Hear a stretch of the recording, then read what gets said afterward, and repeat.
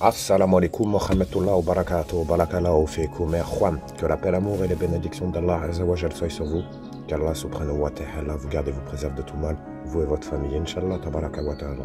Assalamu alaikum, et Juan, j'espère que vous allez toutes et tous bien. Je voulais revenir rapidement un petit peu sur l'aventure avec le frère au manoir du sorcier bleu, et je dois avouer que ça a été une aventure extrêmement folle en fait, à tel point que je m'attendais même pas à ce que ça soit aussi, comment dirais-je, révélateur déjà, parce que ça a énormément parlé. Donc déjà dans ma partie, ce qui s'est passé, alors je reviendrai bien sûr, je vous ferai des débriefs des deux aventures dont on est en train de parler là. Je vous les débriefe oralement, mais il y a beaucoup de trucs, je vous les ai postés totalement bruts en fait, c'est-à-dire qu'on a été faire l'aventure et je vous les ai postés dans la foulée en fait, si vous voulez. Donc j'ai pas vraiment eu le temps d'analyser. J'ai visionné les aventures une fois avant de vous les poster et une fois après avoir posté, et c'est une dinguerie. Sérieux, tout ce qui a été dit dans ma partie, je vais revenir sur la partie du frère Inch'Allah, mais dans ma partie ce qui s'est dit, Juan, ça me parle du sorcier bleu, comme quoi il était là en train de me défendre parce que j'étais assailli par d'autres entités, c'est pour ça que je me sentais très mal. Sans parler de tous les petits bruits, toutes les petites choses, toutes les, comment dirais-je, tous les petits événements mis bout à bout, franchement très oppressant comme endroit. Et par-dessus tout, vraiment, le fait qu'apparemment, comme si le sorcier bleu retenait Jair. Comme s'il essayait de m'assaillir avec d'autres djinns et que le sorcier bleu s'y était opposé. Sans parler du fait que certains essayaient de me guider quand d'autres essayaient de m'égarer. Parce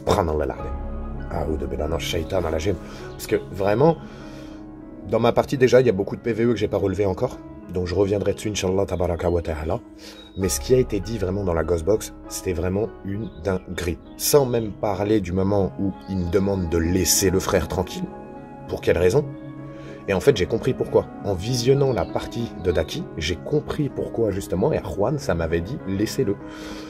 Parce que dans la partie de Daki, il y a un nombre de PVE, de chuchotements, ça parle, ça grogne, ça l'appelle, ça dit je suis là, il est là. Enfin, je vous mettrai de toute façon toutes les annotations de PVE et EVP au moment où ils se produisent. Parce que hier soir, avant d'aller me coucher, j'ai re-regardé la partie de Daki et je me suis dit, mais c'est un truc de fou, le nombre de PVE que Daki il a eu. Et ce qui est marrant, c'est qu'on entend Daki dire, qu'Allah le facilite, la illallah, illallah. J'ai l'impression qu'ils veulent plus communiquer avec le frère, en parlant de moi, Jalal, qu'avec lui, alors qu'en vrai de vrai, il lui parlait de fou malade depuis le début de l'aventure quasiment.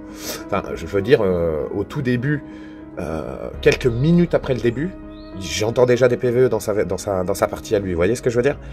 Donc c'est quand même un truc de fou, le fait qu'ils me disent que je dois libérer mon père. Inch'Allah, tabaraka wa ta'ala, que ça soit pas quelque chose pour m'égarer une nouvelle fois.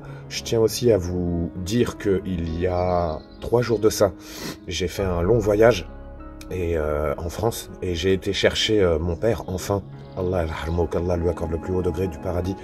Je l'ai récupéré, et le monsieur des pompes funèbres justement m'a dit, bah écoutez, maintenant, après ce miracle, parce qu'il l'a vraiment appelé comme ça, il m'a dit après ce miracle, nous on n'avait jamais vu ça, je veux dire, le cercueil de votre père était totalement intact après 22 ans d'enterrement, ça n'existe pas.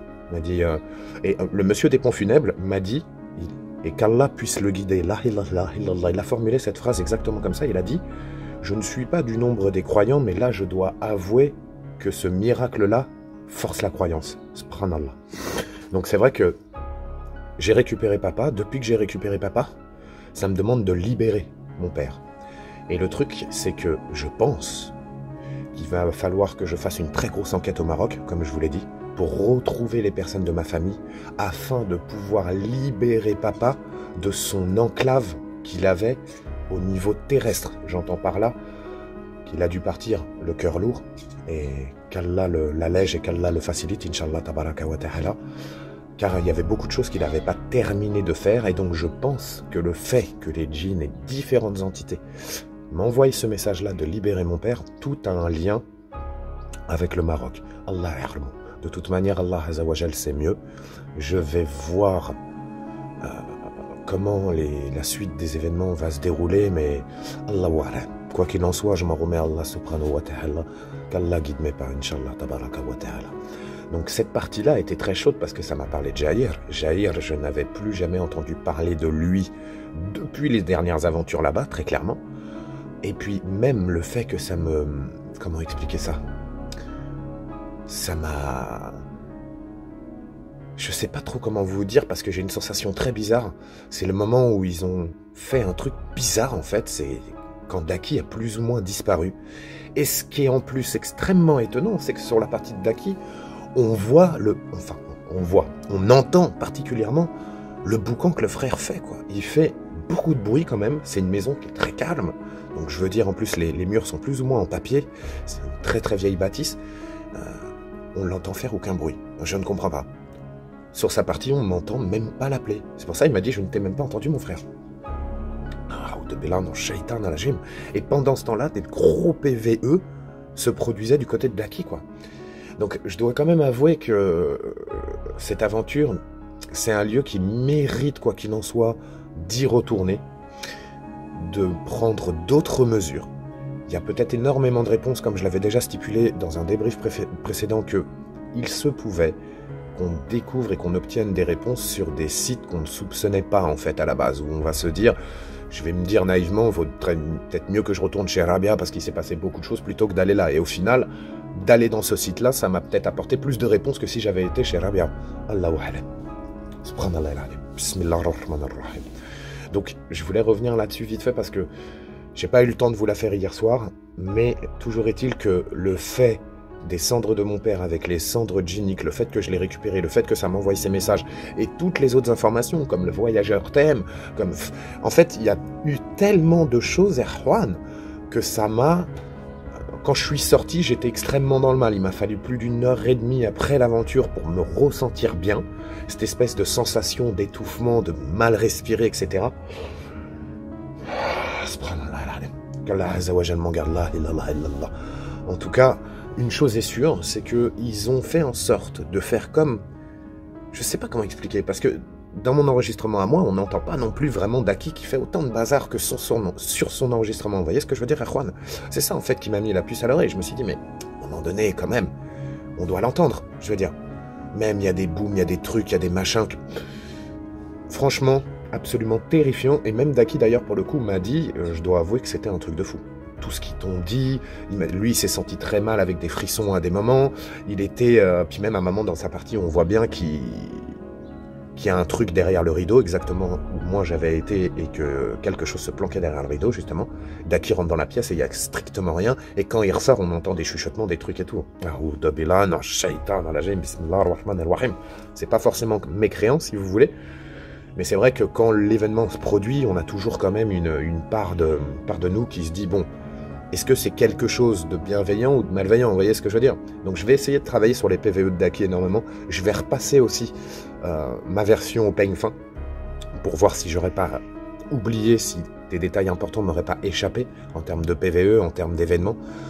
Mais en tout cas, je tenais à vous dire que le lieu, oui, en lui-même, ça a été un truc de malade. La prochaine étape, justement, c'est d'aller chez Rabia pour vérifier que le niveau d'agressivité chez Rabia a bien descendu et que le lieu a été purifié par l'aide d'Allah Azza wa Jal. Donc ça va être la prochaine étape. Je retournerai chez le cheminot, Inch'Allah, tabaraka wa ta'ala, avec l'oracle, que la sœur, que la paix et les bénédictions d'Allah Azza wa Jal soient sur la sœur. Inch'Allah, que je puisse m'organiser avec elle, parce que c'est pareil, c'est un lieu très très difficile, et là, honnêtement, à chaque fois que je vais là-bas, je ressors, je suis à moitié cassé, vous voyez ce que je veux dire? Et ça dure plusieurs jours après, où il faut que je me remette et tout, donc très très difficile comme milieu tout seul. Mais toujours est-il que la prochaine étape, ça sera du coup d'aller chez Rabia, pour essayer d'évaluer si le lieu a bien été purifié, et si les âmes qui étaient enchaînées au lieu ont bien été libérées. Inch'Allah, tabaraka wa ta'ala, Allahu a'lam. Quoi qu'il en soit, on verra, Erwan.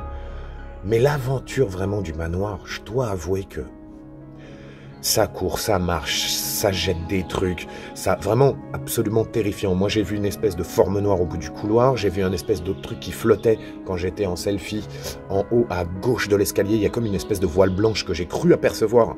Et d'ailleurs quand je suis arrivé sur place, c'est juste, il y avait comme une odeur de... Ça vous paraît étrange, mais comme une odeur de lilas, comme une odeur de... Comment dirais-je? J'ai oublié le mot. Ça sentait comme... En fait, ça sentait une sorte de parfum aux fleurs, pour faire plus court. Mais il y a vraiment un nom à ce que je vous dis que j'ai sur le bout de la langue et que je l'ai plus. Et ça sentait vraiment fortement une odeur de lilas.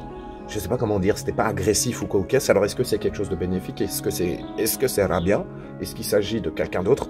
Allahu a'lam. Mais quoi qu'il en soit, ce lieu-là méritera, je pense, d'y retourner quand même parce que il s'était passé des choses tellement difficiles dans ce lieu-là avec Jaher, etc. Que la colère d'Allah Azzawajal soit sur celui-là. Bismillah ar-Rahman ar-Rahim. Que j'avais dit, je ne retourne plus là-bas parce que ce truc-là m'avait suivi jusque dans la forêt en fait. Vous voyez ce que je veux dire? À tel point que dans la forêt massacre, les entités de la forêt massacre, quand je retournais dans la forêt massacre faire mes aventures, n'arrivaient même plus à se manifester.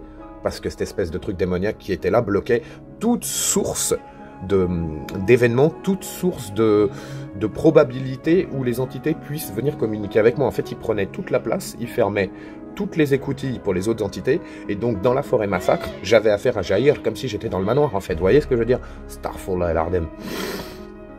Donc non, Jair est là, Jair est en colère, Jair vous regarde et tout, c'est beaucoup trop qu'Allah nous en garde, Wallah el-Ardem.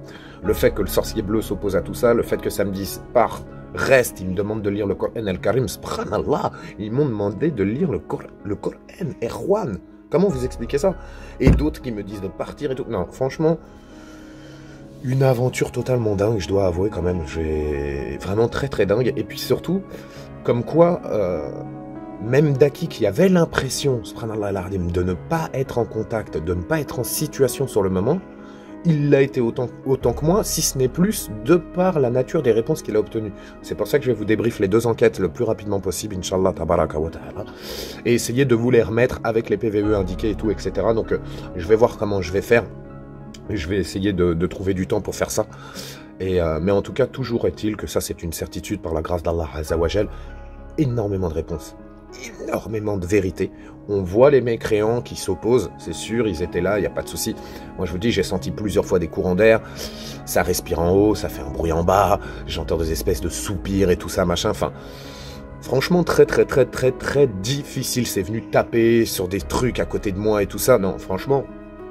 Très chaud, mais même Daki m'a dit, ça faisait très longtemps que j'avais pas fait une aventure et je dois avouer que peu de temps comme ça, vu que les entités savent elles-mêmes qu'on vient pour peu de temps, de par la courteté du format, si vous voulez, et ben les manifestations sont beaucoup plus vives dans l'instant T, et en fait elles se produisent beaucoup plus vite. Vous voyez ce que je veux dire, Erwan? Puisque les entités elles-mêmes savent déjà dès le départ, quand on arrive, qu'on ne va pas rester longtemps. Donc elles ont peu de temps pour se manifester. Et donc, du coup, ça justifie le fait qu'il y ait eu autant vraiment de manifestations pendant cette aventure-là. Allahu Akbar. Sans plus attendre, Erwan, et sans vous faire perdre plus de temps, je reviendrai dessus avec les analyses. En tout cas, c'était pour me dire, pour vous dire que, enfin, c'était pour surtout me rappeler à peu près des PVE aussi que je vous fais ce débrief là. Parce que vraiment, dans la partie de Daki, j'en ai compté, j'ai arrêté de compter à partir du 7-8e. J'ai dit, ah, mais il y en a trop, il va falloir vraiment que je me pose plus sérieusement dessus. Parce qu'il y en avait énormément, quoi. Et on voit que ça suit Daki, que c'est à côté de lui. Alors pareil, ce qu'il suit, est-ce que c'est bienveillant, malveillant? Est-ce que c'est quelque chose qui allait le guider dans la mécréance? Allahu Akbar. Mais quoi qu'il en soit, c'est que... on voit bien qu'en fait, même dans ce lieu-là, je pense que dans ce lieu même, il y a quand même, malheureusement, certaines âmes qui cherchent à rejoindre la lumière et d'autres qui cherchent au contraire à apporter la nuit, à apporter l'ombre. Il n'y a pas d'autre mot. La illallah. Je ne prends pas plus de votre temps, Erwan. Je vous souhaite à toutes et à tous de passer une douce et agréable journée. Qu'Allah Azzawajal illumine cette belle journée, qu'il éloigne tout djinn et tout démon de votre foyer la nuit. Qu'Allah Azzawajal vous garde et vous protège de tout mal, vous et votre famille, Inch'Allah, tabaraka wa ta'ala. Je vous dis à très vite, Inch'Allah. Wa alaikum salam, barakallahu fik.